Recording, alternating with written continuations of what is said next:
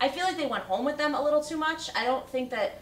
I would have liked to see some of that paranoia and those issues play out in other ways. Like, normally I always say I love going home with characters and being alone with them to, like, get inside their heads, but I think this show in the past has done such a good job of being in their heads while you're just on the case. Oh, yeah. That I wish they had done that. Yeah. More. It was hard because I think they also didn't... Trying to cram the massacre storyline in with a thing, I think it would have been better served, even though I think that was one of the only good portions of it. I think... See, and I disagree. I think the massacre storyline was horribly drawn. Just like... Go ahead, and then we'll talk about that. I think it was a mess. I think the performance was good, so I think that was the only good thing about it. But for me, I just feel like trying to do the two things at once made everything just seem so rushed. And like if you just played out 6 episodes of the fallout of the decision to cover it up, it might have felt less ridiculous. But because you're seeing them do a case and also be so fucking moronic, I understand there's paranoia, there's whatever, but I'm sorry, you're going back to the scene of the crime, you're fucking moronic. But how many times that's exactly what everybody does? But they're cops. But that's what I'm saying. That's human nature. It's like you know what you should do, but it's also like I think sometimes you think like, well, I know better, so I'll know to do it in the way that doesn't get me caught. There was not even any. Well, we didn't see that with them. We didn't spend that time with them. I'm not saying that's definitely what happened. Enough of them doing the stupid shit with him confessing and with her going back. He didn't really confess. He didn't confess to the point where he said, "So we killed another cop." Right. But at the same time, he's had blood on his hands for so many years for so many things. I think it was a big leap. It was very weird they made that leap in the sense that they went to immediately assume it, but they had to have him do something bad because they couldn't just have her be responsible for taking them down.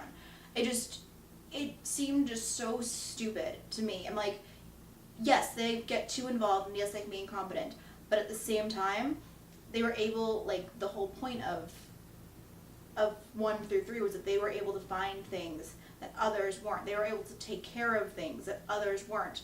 So when you're seeing people whose lives are on the line, messing up that bad, you're just like, you're just doing, it felt so inorganic. I know people like to say, oh, we let characters grow organically. That's just a line that people say. Yes, that's the line. Characters aren't living, breathing things, so there is no organic. You made them do that. That's the line we hear over and over and over again. It just felt like these actions were not something that felt natural. It felt like it was something done for these characters to move the story in the way they needed to move in 6 episodes. Yeah. Versus it actually being like, this is a natural thing where I completely buy these characters doing it.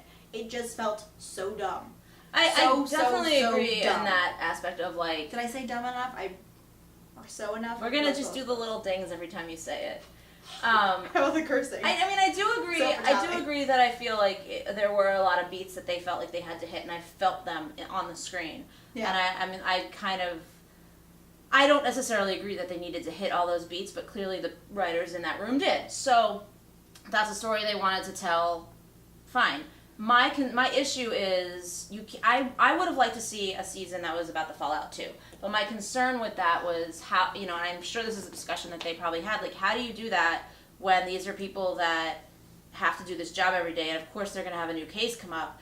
My answer would have been like, I didn't necessarily need to see the resolution of the case, because I would have wanted the focus to be more on the fallout and the emotional impact and everything. And sometimes what that means is these people fall apart and you take them off the case, and so that way the audience doesn't find out what happens because you're following the characters, not the case.